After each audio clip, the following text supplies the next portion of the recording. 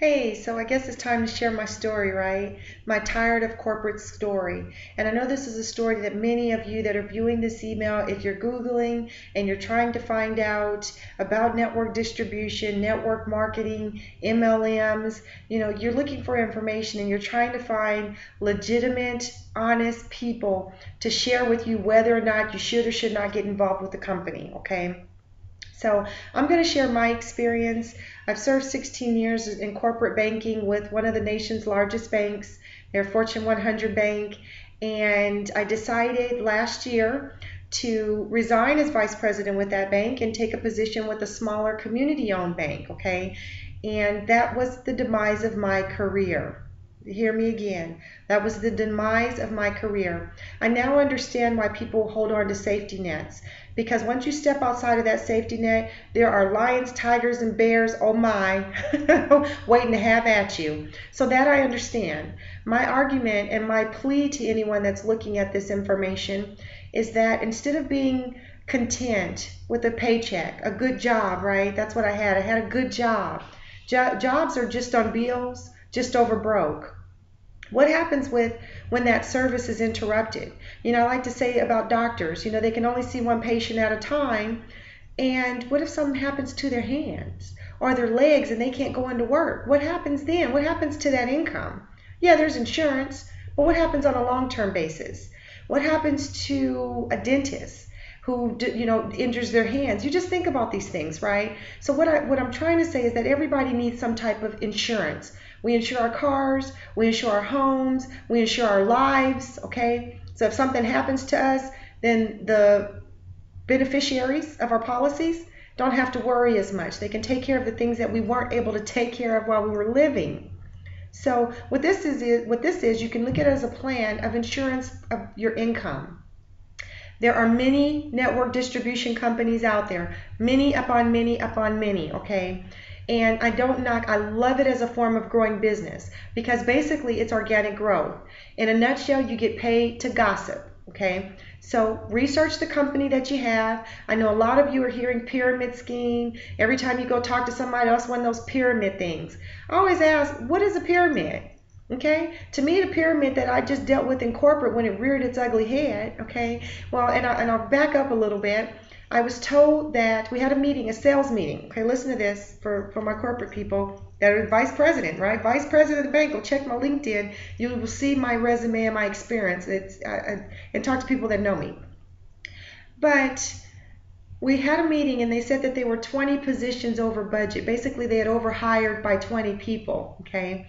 And of course, because they solicited me for a whole year with their recruiter, and then another recruiter solicited me to go join this bank, okay?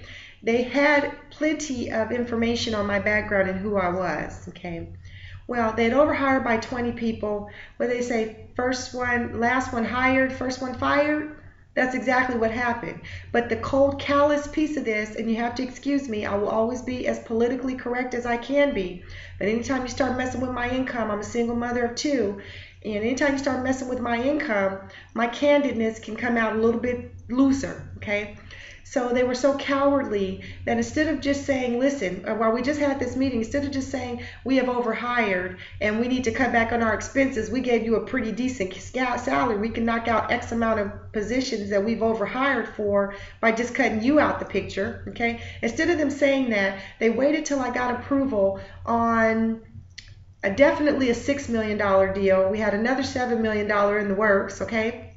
Waited till they got the approval, infiltrated my networks, had me bring all of my clients that were willing to come over to this bank, and then they clipped me. Wow. Wait, this is the funny part. Not only did they clip me, they bounced me out and canceled my benefits as of that day. They told me as they were walking me out that I would no longer have benefits whatsoever. And this was a bank that was supposedly rated as one of the best places to work for several years. Really? Is this what we do to vice presidents? That you solicit? I'm not going to get started on that. But the thing that I want to say is that by the grace of God, because I had started using the platform that I was using, coming from a big national bank with a national presence, there was, doors open all the time when you have a brand. Okay, so branding is very important for you small business owners. But coming from someone that had a very established brand to a bank that had no brand, no integrity, no leadership, and some downright unethical ways of behaving, okay, I needed something to help get me in front of those clients, okay? The ugliness didn't reveal itself until afterwards. Now, and if you're religious, you know everything happens for a reason. So I'm okay with it. But the nice thing about it is that I was able to get past gatekeepers through my video emailing. So I would send a video email and then these people would respond. Had a great opportunity with the banking center president, who was a male. Took him out to meet a client, and we called on him. This was at the end of December last year.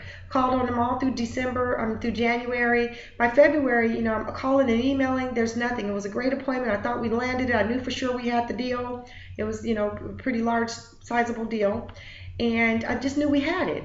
Well, he wouldn't respond, so I went to the banking center president and I said, you know what? You're a guy. He's a guy. Excuse me. No, you know, sexism intended there. But I said, well, maybe he's going to connect with you on a more personal level because you know, as a guy, and not to mention his position. Nothing. He called. He emailed. Absolutely nothing. So I sent him a video email, a very personalized message similar to what you're seeing right now, me just sitting in front of a camera and expressing what I wanted. And not only did he respond, he apologized for his absence, okay? I thought it was the sweetest thing.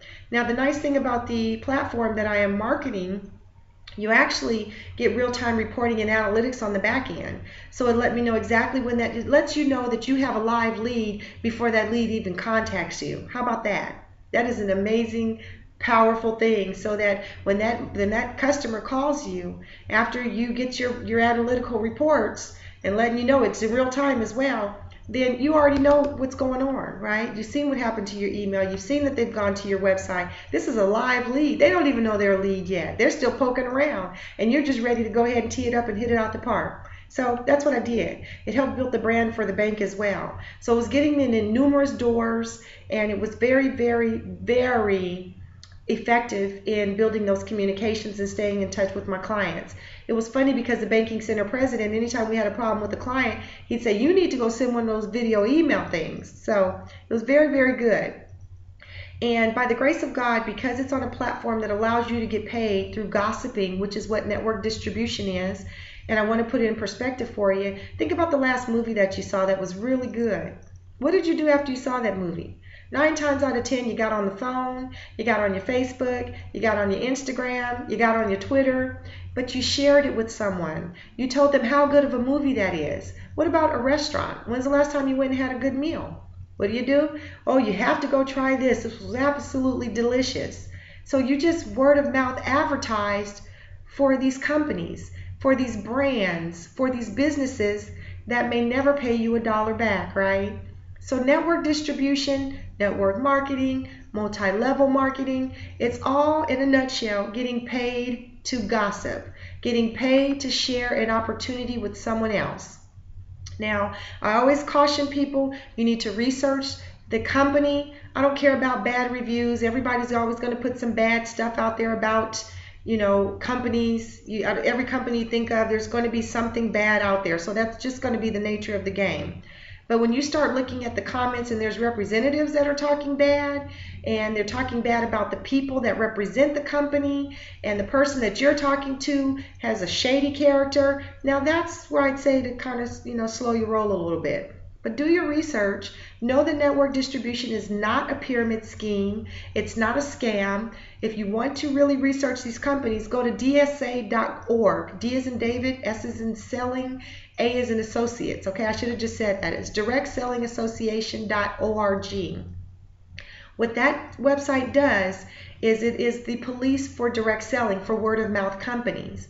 And if your company that you are entertaining is not a member of the DSA, doesn't mean that it's a bad company. It doesn't say anything about that company. It means proceed with caution, okay? Because true reputable companies are going to go get that DSA association, okay? What they do is they comb through a company's comp plan. They comb through everything for a minimum of 12 months before you can be accepted in the DSA. Once you're accepted, then you still have standards to uphold, you know, and live by. So if you see a company that was a DSA and they no longer are, or if you see someone that has applied for a DSA, again, that's great that they've applied, But in order to be tried, true, and tested, they need to actually be a member of that. So that's where that pyramid scheme stuff comes from. The thing that I love about it, there's no sexism, there's no racism, there's no nepotism, which I dealt with all of those at this corporate, okay? It totally blew me out of my mind, and I was just flabbergasted to see how corporate could rear its ugly head. So I'm looking dead in the camera to say, unfortunately, it's not if it happens, it's when, right? When that management changes over, when companies, the income, the revenues start falling, when companies start getting into financial trouble, then that's when they start making decisions, and it shows what they're truly made of. It's not a bad thing, but it's not the when, it's not the if, it's the when. So you have to protect yourself when it comes to that. That's my little piece. I'll share more about why I'm tired of corporate. Feel free. I'm going to be loading quite a few videos, and you're looking at me raw and uncut. I'm just sitting here, in my room making phone calls and recording videos. That's what I do, and I get paid to do it. I love it. I love it. That's it.